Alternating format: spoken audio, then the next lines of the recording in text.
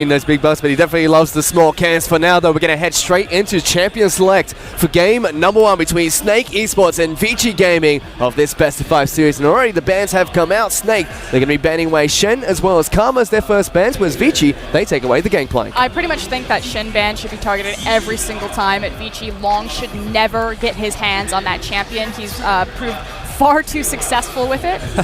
Speaking of targeted, I'm pretty sure Vici's strategy revolves around don't give Flandre his best champions that he has been carrying with for consecutive splits. As they should, as Na's going to be the second ban that comes out for Vici. The final ban that Snake decided to pick up is going to be the Vladimir. Or easyHoon, he's never going to get his hands on that champion. Before Vladimir even broke out on the LPL stage when CA brought it out, easyHoon was having it permabanned away from him. It also opens up the Malzahar as one of the outstanding mid laners still available for Snake to flex. I don't think they go for the immediate first pick on it, but it's worth considering. As Rek'Sai is going to be the final ban from Vici on the red side of Summoner's Rift. I think that's just such a staple red side ban right now. I think blue side Rek'Sai is far too strong, especially for SOFM as a type of jungler, just due to the gank path that immediately runs bottom. Skip your blue buff, immediately pick up your red as well as 2 small camps, and then tunnel behind the enemy bot lane and pick up first blood. So that does mean that 2 junglers are left available in Gragas and Elise. They should be looked towards. However, the decision from Snake is mid. Yeah, it's going to be Lissandra that gets picked up first. And we're kind of talking about how 6.15 is a great patch for easyHoon, and Lissandra is one of his best champions, so Snake take it away. And this was also the other question to what were Snake going to do with their priority pick. Again, by winning that tiebreaker, they got side selection, they picked for the blue side, so they obviously had a plan in mind. It's a fairly straightforward one, but the question remains, is that a top Lissandra or is it a mid Lissandra? It definitely fits more in Tank's wheelhouse as he's the big Lissandra player, but anything is possible with Snake. I will say Echo's actually a big consideration when you look at the bans right now on Summoner's Rift. 3 of the top 4 were gone, and Echo is that 4th remaining. And Echo is going to get locked in immediately here for Lung. Dandy also picks up the Tongue Kench, which should be Caveman support. The other big staple champion of top for the LPL playoffs. He's been played, I believe, 18 times through the playoff gauntlet. I think we saw him in majority of the games yesterday as well. Yep. All 3 games that it was picked up by either EDG or RNG, so a very strong top lane, has been seeing a lot of play internationally and never really fell out of favor in the LPL. I mean, Mouse had an interview about Echo yesterday, and he pretty much said he just does everything well. He's always going to get the push, he can disengage from 1v1 trades really well, and he can also use his ultimate as opposed to burning his teleport cooldown to get cheeky backs and buy advantages on the enemy top laner. So he's just got so much good stuff packed into one great kit. Well, Snake have locked in their next 2 picks. It's going to be Sivir as well as Trundle that get picked up by them. Most likely going to be a Trundle support, unless we see it flex for Flandre in the top lane. We have very rarely seen Trundle actually be top lane anymore. Of course, he is into the Echo and he could give it a crack, but it's just not worth it. Flandre's got deep pockets. Meanwhile, Vici decided to take away the Malzahar, which is a flex pick from the side of Snake. SOFM has been running that into the jungle, and Tank has taken it into the mid lane before. This time around, easyHoon will get his hands on that champion, as Gragas is going to be Dandy's jungler of choice. But the fact that that's pressured, we said that Malzahar would be a power pick available. Again, it fits both of these mid laners' identities, but the fact that you're in a position across from Snake, we probably have to take the Malzahar because we've seen the damage that SOFM can do with this champion in the jungle. Now, SOFM still has the option of a Nidalee remaining. He does know it's into the Gragas, and he could try and just power farm away from him and get ahead on Summoner's Rift without interacting, but the expectation's always going to be Elise, the remaining S-tier jungler. And a jungler that SOFM has performed incredibly well on so far. Likes his aggressive champions to go in as early as possible, which he gets locked in. We're even going to see Flandre pick up the Irelia in the top lane. So Irelia right now has the highest win rate of any top laner on 6.15 in the LPL. So great pickup for Flandre here. I also really like the high priority of Elise. I agree with Rusty that I think she's an S-tier jungle pick simply because she farms incredibly quickly. She's got great siege potential with her W, as well as her pressure that she brings to lanes and a pick composition. And the final pick that comes out from Vici is going to be their AD carry, as Endless is going to be picking up the Ashe. And speaking of pick composition, it's the Ashe Malzahar once again. Gragas also able to complement that, and Echo complements even further once the initial CC has been placed down. So Vici running themselves very much a pick composition, rotation heavy though. We even have the Tahm Kench being picked up by Vici, which EDG used very successfully in their pick comps in their grand finals against RNGs. We'll have to see if Caveman can replicate what was used yesterday. My immediate flag for Vici's composition, I think it's brilliantly put together. It's about execution, but it's also about the fact that EasyHoon on that Malzahar pick is going to be pretty much relegated to just holding down Lysandre. He's not going to be impacting his side lanes, which means there's that much more pressure on Long and Endless and Caveman to win their lanes organically. Well, if there's anyone you can give that pressure on over to, is going to be Long under top lane. He's up against Flandre here today, a superstar top laner who's been performing incredibly well for Snake ever since Spring Split even. Bit scary though, the Aurelia versus Echo matchup. Yeah, the Aurelia does quite well into it, so there's an opportunity there for Snake to get something done with Flandre, have a winning lane, which means SOFM has an avenue of attack. We'll have to see if SOFM will have that avenue of attack, because he is a creative jungler. We've seen him do some unique and interesting things for Snake at level 1, and that's definitely something we have to keep an eye out for as we head into this first game. Again, priority usually is on getting Flandre ahead, making sure that they have the top wave constantly pushing down, so Flandre and SOFM can invade and challenge the enemy jungler together. So all eyes should really be on the top lane as the immediate target and focus for at least SOFM. And now ball's in Dandy's court. Are you going to try to snowball the bot lane ahead, or are you going to try to match SOFM's aggression? So the way I see both of these team comps right now is they're similar pick comps early game, and the team fighting actually would look good for Vici as they get late game, but SOFM should predictably be going mid to work with the Lysandre. That's his major point of attack. Well, let's see if they can do just that, because we are on to Summoner's Rift for game number 1 of this best of 5 series between Snake eSports and Vici Gaming. Of course, Tank getting his Lysandre, the big coveted pick for him. Usually it's permaband away from him. He entered his LPL career on this champion, used it to great success in the Caspa Cup when he got to play his first major tournament. Watch how he uses terrain and Fog of War through his Glacial Claw. I think that's the difference between good Lysandres and great Lysandres, is how they hide that ability. It's fairly telegraphed because it's so slow moving. And our observers were kind enough to show us that it's going to be another Infernal Dragon that spawns here first. A specialty in the LPL playoffs, moving into the Gauntlet as well. Seems like most of the games we get the Infernal Drakes. Makes sense. LPL logo going to Worlds, Fire Dragon. Actually just does make a lot of sense. Also just one of the most dangerous dragons to have. It's not an early game Drake, so you can afford to give one away. But if you hit late game, which I think it's predictable to say Vici will want, then you will have a big deal behind that Drake. It is curious that Snake are opting for more of a defensive fan. Again, they're one of the only teams in the LPL that have tried mixing up with different level 1 strategies on 6.15, now that we have broken down into standard lanes. But I guess safe to say it's the first game of a best of 5. They've got a very long day ahead of them, so they opt for the standard safe start. So we'll see both AD carries and support start off at a camp at level 1, neither moving in for a cheeky level 1 invade to disrupt the camps being taken down. SOFM will start at his blue buff, whereas Dandy starts straight at his red buff. Both junglers will smite that one away at the same time. Yeah, an entirely standard start now. Everyone just getting their level 2s early in the bottom lane. That's where things do start to develop a disparity of at least a small amount. Ashe usually does well into Sivir, dependent on lane control. Having the Tahm Kench means that Endless should not be taking a lot of damage, but the Trundle's also a bit of a bruiser when you look at the bottom lane 2v2 matchup. So I think it matches out that Snake will have control. It's also very different about how they chip away at each other. Sivir obviously able to damage you while she pushes the creep way forward using her Ricochet, whereas I feel like Ashe gets a lot more power once she has you underneath that turret, and she's able to continually barrage you with volleys. One of the other things as well, similar to Caitlyn, Ashe has the unique strength of just the volley trading. It's actually just one of the most damaging spells in a 1v1 trade, which is why the Jay-Z Trundle has to come into effect to win it outright. At the moment, he's losing. Let's move up towards the top side of the map. Flandre actually taking quite a bit of damage from Long very early on here. Aurelia being pushed underneath this turret by the Echo.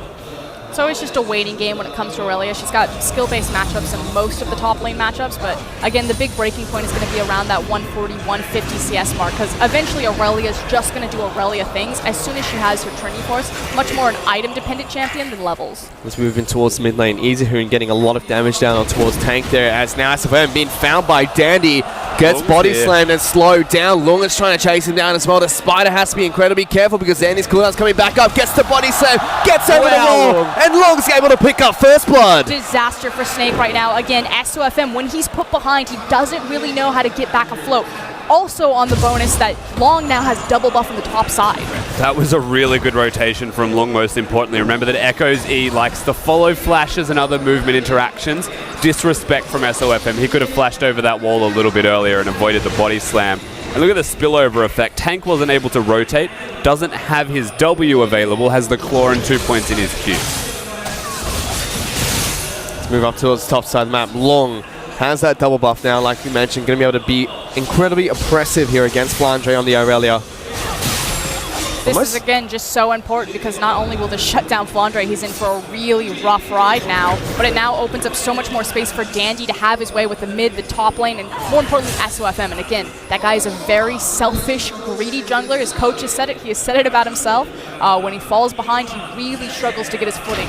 Because this is what we expect from SOFM, moving into the opposition's But jungle, there's trying to nothing find the opposition, trying to take away their small cans, but it's Dandy that has found SOFM. It's Dandy that's doing the counter jungling. SOFM really on the back foot to start off in this game. And it goes back to this idea that it's much more important for Vici's win condition that Dandy just disrupts SOFM. He doesn't necessarily have to carry for his lanes or facilitate them. They just need to hang on. But if he can find SOFM and slow him down, Snake are so much more reliant on SOFM snowballing them ahead. Yeah, we said this yesterday even about Clearlove and MLXG, and it was the RNG's jungler's job to find Clearlove and stop him. SOFM looking to be a pest, just take away from Dandy, but because Dandy is one step ahead of him, it actually just benefits Vici across the board. Well, Dandy has not only found SOFM, he's taken him down once as well and has given his top lane a nice advantage. Mid lane can just keep seeing easyhoon pushing in against Tank. This bottom lane though still slightly favor Snakes. They try to push this lane into Endless and Caveman. And frankly, SOFM really hasn't been tested like this very often. You have to remember that Snake came out of Group A, and in our regional qualifier, we have 4 teams. 3 of them are from Group B, which was undisputably the much tougher and much more rigorous group from the LPL.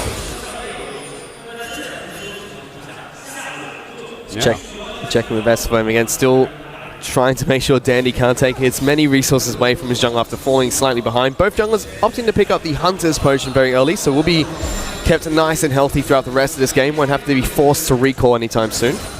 Yeah, less aggression from itemization, also just prioritizing having wards available as they really want to find each other and stop ganks from going off. And still a lot of pushing coming out from Crystal as well as Jay-Z on the bottom side of the map. Endless and Caveman now forced to farm underneath their turret. But it still is looking good for Endless and Caveman. They're slightly ahead in terms of CS. Yeah, they're perfectly fine right now. Again, it's this idea that Vici's solo lanes, they just need to sit back, chill, farm up. They want to go to that late game anyway. They've got great pick potential once this map starts opening up and these towers start falling down. And like, yes, it's going fine for Vici. It's actually going better than you'd first expect because of the lane control they had early. You see above 10 CS lead for Endless in the moment as both AD carries go back to base. They pick up a BF sword for themselves. We move back in towards the mid lane. Tank seems like he's been struggling against easyhoon because of all the pushing power that's come out from these Voidlings, but he stayed very even in terms of CS for now. Again, easyhoon's only job right now is to just hold Tank down, make sure that he's only using that TP to buy himself back into his lane for this item advantage. But the longer that he can keep Lissandra here and not in the side lanes, the better. Same thing can be said about the top side of the map as well as Flandre and Lung. Very even in CS. Yeah. Flandre making sure he does what he can to not die to the double buffed Echo. Has now lost those buffs as SFM works on his blue buff. Dandy is Level making his 6. way over as well, is level 6. Gets a good sweeper down, trying to spot out the vision. Suddenly Tank's rotating over as well. We'll be able to root him down. Dandy knocks him back into a wall. Doesn't get him far back enough for the Malzahar to pick him up, but stops the blue buff being picked up by Snake's mid laner. And unfortunately, easyhoon not able to follow up with that hard CC. That was cute. Not able to follow up with the hard CC, didn't want to burn his flash. Doesn't have the ghost, opted for the cleanse into this matchup, so couldn't power his way around that corner. I mean, whilst they didn't get the kill on a Tank, you have to remember that he's now burned basically all of his potions. I think there's 1 remaining. He's lost a lot of health, which means easyhoon has lane control. Yes, they didn't get the kill, but the cooldown from Gragas' ultimate will be up sooner rather than later, and they can continue this pressure now through Dandy. No blue buff for Tank. Doesn't have the lost chapter that we saw easyhoon pick up earlier. He should be able to pick up his own blue buff later. Meanwhile, on the bottom lane, Crystal's been hit by an arrow, forced to use on that to try and run away, but has been eaten up by Caveman and delivered to the Ash, who flashes forward. Long comes down to pick up his second kill, as Jay-Z is now the man in trouble. He tries to run away from the three-man squad of Vici, but it's not going to be enough, because Endless picks up the third kill for Vici Gaming. This is the bottom lane of Vici working proactively with Lung. Two members of this team that you don't expect to say about in this first game. They're coming up huge. And that's the big difference between why Vici have found success on the back half of their playoff run. It's not just their superstars stepping up in easyhoon and Dandy. We expect that of them, but it's success when Endless, Caveman, and Long show up to the party. So they get 2 picks in the bottom lane, immediately rotate on over towards the Infernal Dragon, which Vici take down uncontested by SOFM. The next Dragon to spawn is going to be another Infernal Drake. So much fire on Summoner's Rift in the LPL playoffs.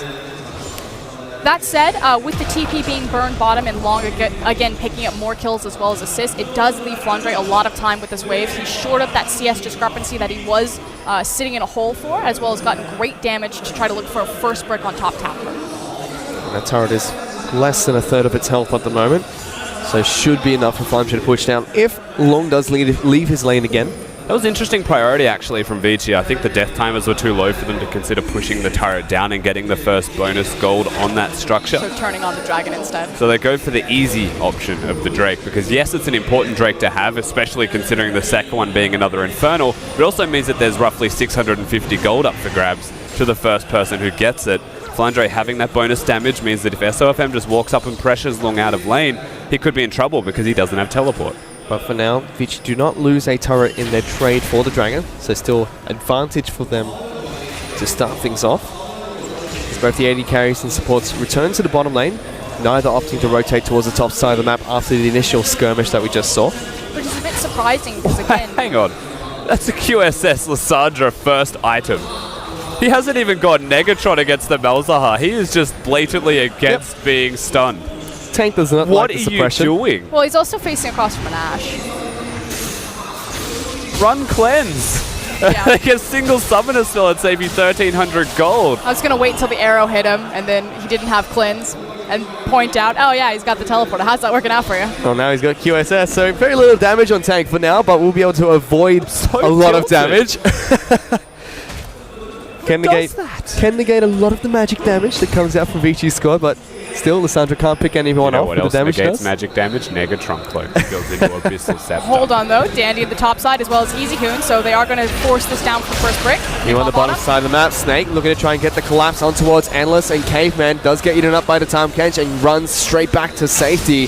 Now it's just a rush to see who's going to be able to take down the first turret, and it seems like Vici have the upper hand here as long as Dandy get the work done and get the first turret gold. That's just a brilliant rotation from Vici to understand that there was the 650 gold up for grabs possibly on Flandre's side, so they make the counter rotation. They know that SOFM possibly looking for the top side, just push it over. Yeah, 388 gold apiece between jungle and top lane of Vici, which is a massive amount of gold that they're now going to receive. Dandy already putting in work, will be even stronger, can afford to go his Runic Echoes build and do a lot of damage with Lung, even though he's going the tank build, still scaling as... Hello? Ada Spiderling, 5 gold. Was it worth it? I have no comment, really, on that. That was unfortunate. He was still in the crop, not running away. You've got to aim for the big spider, not the small ones there, Endless. He uses the arrow, doesn't connect and doesn't find a pick for Vici, but still, Snake, they're falling further and further behind. They're about 1,500 gold behind Vici, who have 3 kills, the first turret taken down, as well as the only Infernal Dragon that's been picked up so far. The scary thing is the space and control that Vici have on the map right now. There's no reason to be on the bottom side of the map, so they're fine having that wave push into them and just having Endless and Caveman sit back and free farm it. There's a lot more objectives on the top side of the map, in particular that blue buff about to spawn for SOFM. We've seen Dandy contest it twice now. See if they'll go for a third time. I think the back's a little bit untimely. Decides not to for now. They do have a ward over the blue buffs, and they know that it's being picked up by Tank and SOFM. I trusted you, Dandy. You let me down.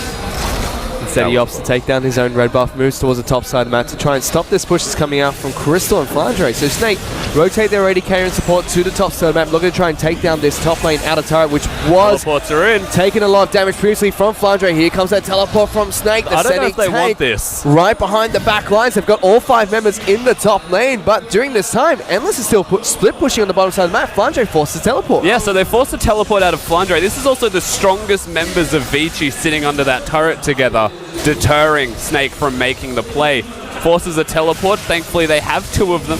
But now Vici have a window of opportunity where Lung has his own, and nobody from Snake does. And just another slight macro advantage for Vici in the end. They're just outplaying Snake across the map. I feel like Snake are outplaying themselves in this early game, though. And the real concern here is if you're giving any kind of small advantages to a team like Vici, they can run away with those. Very good at playing from ahead. We call them the team of 1,000 cuts because typically they chip away at you. But the thing is if you give them a lead, they know exactly where they need to be at the map and when. They're one of the more cerebral and more intelligent teams in the LPL in terms of map movement. It's like WE. They call them the 35-minute team, but they actually can still win before 35 minutes if you give them the opportunities to do so. This applies in the exact same way. Already Vici in a very comfortable spot. The next Dragon's going to be coming up in 45 seconds. Another Infernal Dragon, something that Vici would definitely look towards. See if they can get the contest against Snake. It's not a lot of big breakpoints across itemization outside the top lane. So your Trinity Force finish for Flandre as well as the Iceborne Gauntlet and a Giant's Belt sitting for long. So this... Ooh. That's unfortunate. Arrow coming out from Endless, forces the flash from Flandre. Yeah, gets the Summoner Spell out of the Aurelia, which means neither Summoner Spell is remaining for him.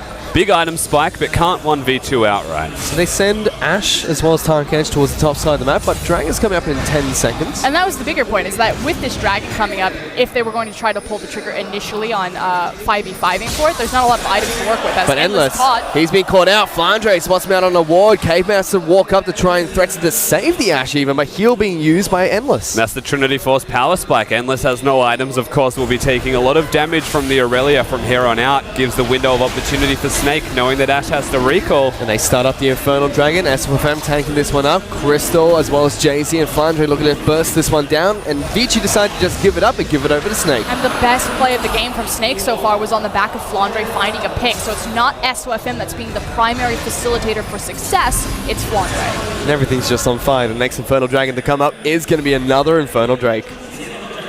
Yeah. Burn, baby, burn. It's a whole lot of fire. Another thing that they'll have to fight for at this stage. So you look towards the next 6 minutes of play and see who gets the advantages, because thus far it has been Vici, but with these item spikes coming about, you're starting to see more and more from Snake. Well, you can see those item spikes. Flandre has picked the Trinity Force in the top lane. Runic Echo has been completed by SOFM. We do see Crystal moving more towards the Essence Reaper build on this Sivir. Flip side of the map, Lung opting not to go for the Trinity Force, instead picks up the Iceborne Gauntlet as his first item. The big tanky member for his team. There's a lot of control on Vici's composition between Echo, Gragas, as well as Tom Kench. Likewise, when Malzahar gets his Rylai's online, he can apply that to pretty much every single ability in his kit, including his Voidlings, as it gives him a 20% slow, which I find a bit ridiculous. It's fine. Yeah. It's a bit ridiculous, dude. But like the fact that Voidlings can slow. Same thing as Tibbers. Yep. The fact that Tibbers can slow you when he slaps you. It's like not Tibbers doesn't hold the scepter. It's just one of the added bonuses to Malzahar, like his initial power spike on 2 items, Morellas and to Rylai's, is already so cost efficient. And the fact that he gets more out of Rylai's than majority of other champions, like almost to an Azir level, is what kind of tips him over for me. Meanwhile, Endless and Caveman are able to move down towards the bottom lane, take down the bottom lane outer turret. However, Crystal's already on the top side of the map. Flandre already got a lot of damage on towards this top lane outer turret, so he just stands up here and takes that down for his team, trading turrets back and forth. He's losing a lot of chip damage on the bottom inner, however, so still a bit out of position because Flandre can't hold this, especially with Dandy now there to threaten the task. And they get that bottom lane inner turret down to below half its health. Dandy even shows up just to make sure that Endless and Caveman are safe and draw multiple members of Snake down towards the bottom side of the map. Yeah, meanwhile, EasyHoon working mid lane, could afford to be hitting it, but doesn't have vision of where Snake are. They actually have... Wow. They found SOFM, he's forced to flash away, does get hit by the body slam, but EasyHoon not in range to get the ultimate off. Okay, let's take counter now. That's 0 for 3 on the Ashe arrows. One was flashed. True. I'll give it 0.5 to 3.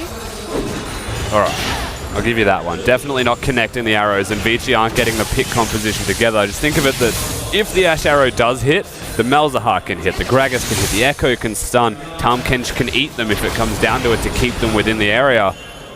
Because one misses, it feels like the whole jigsaw is missing its corner piece.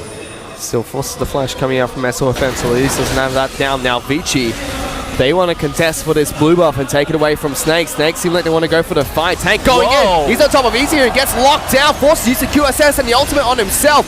Caveman will eat up the Malzahar. Danny's going to be first of all as Jay-Z actually picks up that first kill. Now Caveman's in trouble. Gets separated from the team. The pillar comes out to stop him. Lung's running the complete wrong way, but Snake pick up 2 picks. And Snake is going to rip through the rest of Vici right here, picking up Long. Let's use the ultimate to get back to safety. Will flash away. Jay-Z flashes forward, puts another pillar down. Tank gets that kill. It's Endless flashing forward, gets a double kill. Now he's on top of Fondre, slowing him down. Will be able to force him to flash away or at least bounce towards the blue buff. SLM even has to save them, but Endless steps up strong to make it a 3 for 2. Okay, that's fine, Endless. You missed your arrows. That will compensate for it. But the reason why Snake were so keen to start that fight is because they knew the key ultimate in the Ash arrow was down. So very aggressive and maybe miscalculated aggression by Vici to try to contest that anyway with a big primary cooldown not available. Something else really cool that happened there, I do hope we get to see the replay of it, is the Tank's engaging, and he does have the early QSS, albeit too early because he has items past it, but the fact that he can go in then represents that Malzahar needs to reactively ult him. He QSS's ult himself and is perfectly fine as we get to see the work that Lung and Endless do. Of course, in the back of that team fight, Long surviving for so long and chipping down so many members of Snake to allow Endless this pickup duty. Of course, unfortunate that Crystal did flash into the wall. Yeah, and say what you will as well about the players. Never mind that. We're fighting again. It was Lung doing all of the work to set Endless up. He was just picking it up. He was janitor in that last fight. Vici now looking to try and continue pushing here as the mid lane outer turret is their structure of choice. Now the turrets are 3 to 2 in Vici's favor. They still have about a 2,000 gold lead for themselves, as Dragon's going to be coming back up in about a minute's time. So my concern for Vici is normally they have to get ahead early and really start snowballing structure advantages to amass a massive gold lead to compensate for their inability to 5v5. They are not a great team fighting team, which really makes them struggle in a region like the LPL. Now, they have gotten better at it, but they're very lucky in this particular matchup because Snake are also one of the weaker teams when it comes to 5v5ing. I'll still call this early game to mid-game, right? So they're still yet to actually execute on their full strategy. But look at the way Vici have set up the Rift right now with straight wards down from the top near Baron all the way to below Dragon, which means they can rotate seamlessly knowing where Snake are going to be. They're prepared to fight around this early game point, and if they win the next fight, same thing applies for Snake, and their strategy will be that much easier to implement because a second Drake of Fire is on the line. Well, that next fight could definitely be around that Dragon Pit. For now, Snake are the ones with the vision control over the pit. 2 good pink wards placed down, as well as a lot of vision wards to kind of spot out Vici as they make their way through the river, trying to sweep out as many wards as possible and take control of it once again for the team. Tank during this time is foot pushing down on the bottom side of the map, just getting the wave going, and there is a deep teleport. Crystal going to use the spell shield to block the arrow. Wants some Raptors for himself, but Vici, they want to fight. Jay-Z going to get locked down and picked off immediately by Vici as the 5-man roaming squad of the team. Tank takes him down easy. There goes Tank, looking to go in. He's going to get locked down, but use the ultimate on himself. Now it's Snake that are collapsing. Danny's in a lot of trouble. Lung, though, he's in the back lines on top of Crystal. He's trying to cut away from the Echo. Will get locked down by Tank, who's out of mana. And suddenly Endless is charging up forward as well. Tank's going to be the first one to fall. And Vici turn around the team fight. And this is the Lung show, to be perfectly honest. Yes, the pick was great. Dandy hits an immaculate cask and it's followed up by Easy Hoon, but that's a lot of work for one member of Snake that isn't a carry. Round that out with Lung putting in overtime to get them these one-team fights, and this is great work from Vici. And the beauty of it is that it wasn't dependent on the arrow. Yes, the arrow was spell shield, but they were just in a superior position due to that great vision line that Rusty had brought up earlier that Vici had set up. Well, there was only one place that they actually could have been by a process of elimination. They walked through the Raptors, cleared one spot of wards. They had to be there. I do want to point out, though, that even though Tank died, he did exactly, as I said, the great Lissandras do. He hit his claw through terrain and made sure that it was right on top of Vici for a beautiful engagement before they realized what hit them. Unfortunately, did not have the follow-up. And with that, Vici were able to take down the second Infernal Dragon for themselves. Next Dragon Swarm is going to be a Mountain Dragon, so lots of combat drakes coming out in this game.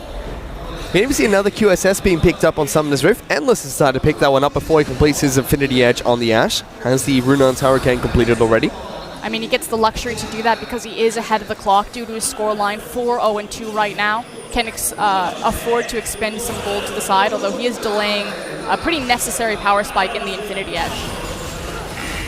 As the Rylai's Crystal Scepter as well as the Morellonomicon has been picked up by Easy Hoon in the mid lane. Long looking to be a little bit cheeky here. Puts down the power of Verges, looking to try and collapse onto Tank. Does get the stun, getting a lot of slows down as well, forcing the Tank to use the Claw and the ultimate as well on top of Long to get him to safety. Yeah, having the Iceborne Gauntlet means it is extremely sticky. Same thing applies with the Trinity Force for move speed, but all of those slows, Tank has to expend a lot to get himself out alive. Better safe than sorry, I will say. And the different breakpoints between these two top laners, the fact that Flandre is still just working with the immediate Trinity Force, doesn't have his resistances built up, whereas Long on the other side, not only does he have that Iceborne as well as the Spirit Visage available. That's the other big thing as well. The timing of that fight actually coincides with the mid-game build that Long's going towards. It's cheaper to go Iceborne Gauntlet into Spirit Visage, means he's immediately got defensive stats. Flandre's one item away. Even after the Spirit Visage, he needs armor. Zero. There's the arrow, not going to connect. SFM forced to use the repel, but he's still getting locked down, and Vici get a very easy pick onto Snake's jungler. Inexcusable that he used his repel. Flash it, because you're repelling to nothing. There is nowhere to go for you but death. And now Vici, they kick off a Baron on the back of the jungler being dead. And the only answer that Snake have is they have to fight this because they don't have the smite available for a steal. Well, they're going to look for it. The teleport's coming in from Morello, but Baron tank. already down to 1,000 health, does get picked up by Vici. Flandre goes in at the same time. Crystal's been knocked back into the team. Endless can be able to take him down. Easy flashes away from Flandre, but Long already on top of the Aurelia. The body bomb comes in. Vici not only take down the Baron, but get 2 kills as well. They're methodically tearing Snake apart at every corner right now. Easy Hoon up into the top lane, prepping the way for them, so they're going to be able to rotate this into a very easy and free objective. The best part about this entire game has been how Vici is setting themselves up for it. Through vision, through being there first, before Snake are reacting to the objective. If they put the first foot forward, Vici look like they can't be stopped. Using the Baron buff, they immediately move towards the top side map, taking down the top lane inner turret, and then using the Baron empowered recalls to head back to base, get the next items, and look for the next turret to siege. They have a lot of options for them. They can start prepping waves on both bottom and Flandre's mid. in elo hell. That's unfortunate. 95-0, and the Trundle support did more than both of them. I feel so bad for Flandre. So naturally, if you're new to the LPL, the graph at the bottom is damage done to champions, and you can see that there are quite a few members of Snake that didn't participate in damage to champions. SFM was dead. Immediately, Crystal got knocked back into the team and exhausted. It's a shame to say it like that. And yes, they did no damage, but it was really good from Vici, right? Dandy knocks him in. Check out Vici's item. Look at all those pink wards. They are ready to start setting up very aggressive forward vision. They're advancing. Well, they do have the Baron buff available for themselves for the next minute and a half. I like to think of them as moving the chains. It's a football reference. You're just like slowly first down after first down, just moving the chains, inching up the field. It's never like the big Hail Mary passes, it's just continuous running. Well, hopefully Snake can put on some good red zone defense here as we move Vici closer and closer towards their nexus. That's right, Captain. Bold move. As they're looking to try and siege up the bottom lane inner turret. They take that one down. Endless will pick that one up for his team. It's now only the mid lane inner turret left for Snake that's outside of their base. And it seems like Vici's just going to walk through mid lane and take that down as well. It's a easy blueprint right now. Bot, mid, they can then fall back onto Dragon. If Snake choose to toe the line, get caught out, it'll immediately snowball into an inhibitor. Interestingly enough, we are looking at a heat map, but the vision that Snake have placed, you saw Vici walking through before trying to clear it with pinks. They're all in very unusual places to the point where the pink wards aren't actually spotting them at all. Snakes still have vision, albeit unusual. For now, Vici's still trying to siege up this mid lane inner turret. Snake wants to defend this turret, so putting up as good as a siege, counter siege as they possibly can. Yeah, putting the Trundle Pillar behind the cannon creep to make sure that Crystal can safely approach the creep, because obviously getting around the pillar for Vici is going to be difficult, so they can clear that out. So good team effort from Jay-Z there. I don't think Long will go for anything too crazy, but he's a super tank, so he can afford to do this. Snake is still scaling. They have a lot of farm on Crystal, and by bringing the minions towards him, they're feeding him more. So Vici need to start making the plays. Well, they do make the first play, which is to take down the mid lane inner turret. Long actually getting stopped from getting back towards his safe side of the map by that Trundle build that came out from Jay-Z. And again, the onus on there to make a play is on Vici. They definitely have the tools to do so, but again, Snake understand that if they take a bad fight there, it's immediately the inhibitor. So just playing it very cautious, very clean, amassing all of that farm onto Crystal. But sticking to Vici's playstyle, the team of 1,000 cuts, they move straight towards the Mountain Dragon that just spawned, and they take that down with the remaining time of the Baron buff that they had. It's a game of percentage. They take the 1% plays. They don't go for any 50-50s. Vici know what they can take and they go for it. They make sure that what they're taking will not be contested. And they've amassed a nice 7,000 gold lead for themselves. 10-3 in kills, 6-2 in turrets, and 3 dragons to 1. Vici are approaching the late game, and that's where Vici really look to be incredibly strong in the LPL. I almost think the opposite for Vici in the sense that late game is really about the execution of the big 5v5s. It's snowballing. Like, it makes sense because they want to be grouped up together and moving as a unit, but I wouldn't necessarily say late game. It's kind of like past tower break. That was a Hail Mary. Dumping it downfield. We're That's going all to keep going with the doing. references. I know you guys like the rugby references, but...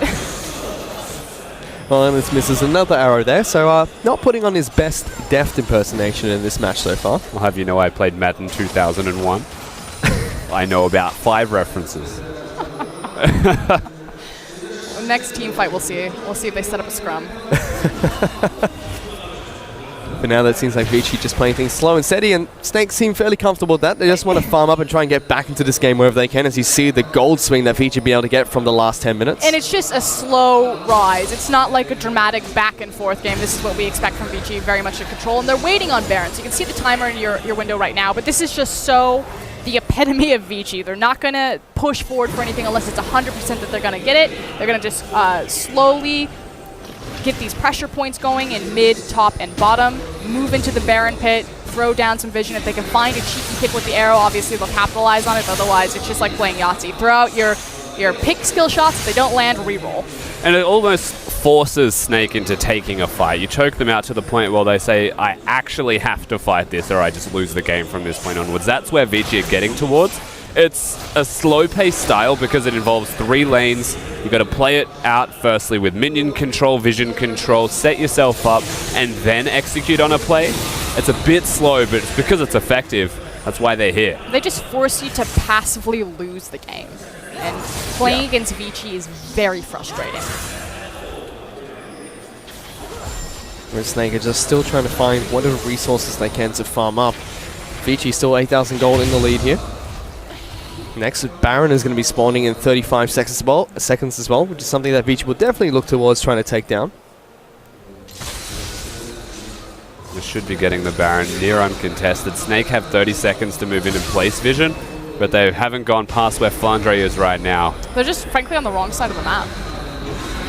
Well, Vici aren't on the right side of the map at the moment, but they just went back and recalled, so there should be a window there where Snake could have got in. But it's just Jay-Z by himself. He has no team supporting him. And when SOFM gets here... That is an SOFM by himself. He has to use the repel to avoid the arrow. Cocoon not even going to land. Forced to flash over the wall. Jay-Z will be there to keep him company and make sure he stays safe. But still, a flash being burnt by Snake's jungler. He's half health. Baron is now available. They can just immediately start this. It's an Ash Malzahar, so they take it down extremely quickly. And then augmented by 2 Infernals as well as a Mountain Drake. This is burning. They do take it down. There are teleports coming in from Flandre, but it's too little too late. Vici, they get the Baron. Now it's a full-blown 5-on-5 fight. As Snake look like they want to retreat from this, but Lung's already in the back lines. Keeping Crystal and SOFM occupied. Take us the flash to try to help them out, but Endless is there as well. Looking to try and take him down. Forced to use this on his hourglass, but one auto attack's all it's going to take. As the mid laner for Snake falls, Crystal has gone down as well. They're just chasing down the last few members. Flandre has to run away from a Tarn catch. Flashes on the easy hoom, but it's not going to be enough. And with that, Vici, they're able to pick up a team fight as well as the Baron. And this is how Vici like to play the game. Amass a massive gold deficit in their favor. You can see it's past the 10k mark, and then look towards these late game 5v5s and just mow people over. An 11,000 gold lead should be easy for them to just take the base, because conveniently for them, the Baron was already taken due to their 2 Infernals and a Mountain Drake. This should be at least an inhibitor here. Well, they're looking to push through the mid lane. Mid lane turret falls nice and easy. Inhibitor is going to be the next target for Vici. They can continue pushing. They have the Ash Arrow. Well, they're looking for it instead. They knock Jay-Z back. They don't connect him into the team, but they're looking to push for the Nexus turrets. Only the Elise as well as the Trundle left to try and defend this. Endless just focusing down these turrets, and it seems like with this push, Vici are looking for the win. The rest of the members are going to respawn, but the Nexus is the target of choice. Snake are trying to do what they can, but it's not enough. And Vici, they're going to be able to pick up game 1 of this best of 5 series. We don't often get to throw around the word clinical in the LPL. It's a very scrappy, very brawl-heavy region, but whenever Team WE, or in this case Vici Gaming, on the field, it's all that fits. That was a clinical dissection of Snake. Yeah, very clean performance is the best way I would look at this one for Vici. They didn't do everything with veracity. Their vision was still quite solid. Every single decision they made was solid. It just felt like whilst Vici were rising, Snake were also falling, and they just didn't do anything besides tank and Flandre. And you have to go back to the fact that Dandy was able to find SOFM early on, getting the advantageous push in the top side of the map over Flandre, and they put down Snake's jungler early, and they had 0 options on how to get back into the game. And it feels like deja vu to yesterday, where we saw Cleanup was one that was able to find MLX in the jungle between EDG and RNG. Now it's Dandy doing the same to SOFM, something that we expected SOFM to be able to do, and it started with this. SOFM getting taken down for first blood, giving Long the double buff in the top lane, and it was just Vici's bottom lane even being proactive. The spell should be used by Tank early, was capitalized on nicely by Endless. One of the few arrows he hit, but one that definitely counted. But it was the spillover effect, right? Dandy engages, gets double buffs for Lung. Lung wins lane, teleports bottom to complement the bottom lane fighting. And it's as simple as jungler having an impact in one lane that impacts the rest of the map. And it was from that point that Vici just absolutely snowballed. This was as close as Snake got. And again, a reminder that SOFM and Snake's draft phase, they priority picked Lysandra away from Izigun. But more importantly, they made sure that SOFM had the counter jungle matchup in his favor. We did see an interesting itemization from Tank there, picking up the QSS as his first item, going for the Zhonya's after the Hextech Protopel. And this was a fight that Snake looked good. They picked up 3 early picks, but Endless on the back of half of this just forces everyone away. I think you mean Endless on the back of Long forces everyone away. Yes, he played the janitorial duty, he did his job, but the dominoes were set up by that top lane Echo. This was the first Baron attempt that came out from Vici. Already picked off SOFM, so no smite battle coming out from the 2 junglers. Crystal just gets deleted, and it was really only Flandre that dealt damage during that fight. Yeah, he just didn't have a team to back him up. Of course, this is where the Baron's already down, and Flandre tries his absolute hardest to kill Easyhoon and Endless, but only finds one of them, and just has a sick 1v1, which means the rest of the team is split as a 4-man unit. There's nothing that they can do to deal with Vici at this point. He's just unkillable. And Lung had a phenomenal performance on the Echo. Picked up first blood, got the double buffs, and started rolling very early on. Look at the damage not doing that fight. Easyhoon putting on some work with the Malzahar, but couldn't have done it without his front lane. Echo even almost doing as much damage as Endless there. I've never seen a graph like that from Malzahar. That is absurd. Yeah, Crystal did his absolute best, right? In a losing game, he farmed as best he could, but it felt like all the focus was on him. So, yes, he did a lot of damage. It's quite commendable, but the damage he was doing was into a tank, which means it amounted to nothing. We're checking with the MVP for that match. It's going to go over towards Flandre. Yeah, dude. I'm going to crown Easyhoon. Flandre. It's Flandre. MVP. Nailed it. He's not really. I mean, if we're going to give Snake an MVP for a Vici win, I think it would have been SOFM, but you know, whatever. I'm going to say it's Easyhoon. Easyhoon gets the MVP. He's doing ridiculous amounts of damage.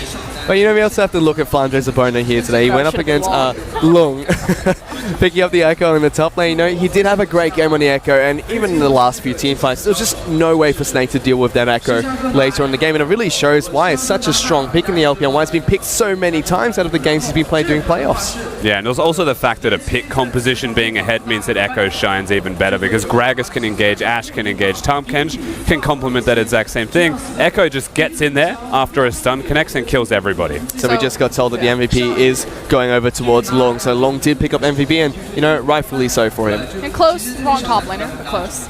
And it just goes back to what Rusty was saying, the spillover effect. It was initially facilitated by Dandy, giving those double buffs into Long. Long then immediately teleports bottom, and just the whole map is won. and Easyhoon just did his job, you know, kept tank locked down. Lysandra never got to use her TP in one of those side lanes or set up any possible proactive dive for Snake. And with that, Vici, they're able to take game 1 here over Snake, but it's still a best of 5 series. We'll have to see if Snake can bounce back. For now, we're going to a quick break. We'll be back with game 2 in just a bit.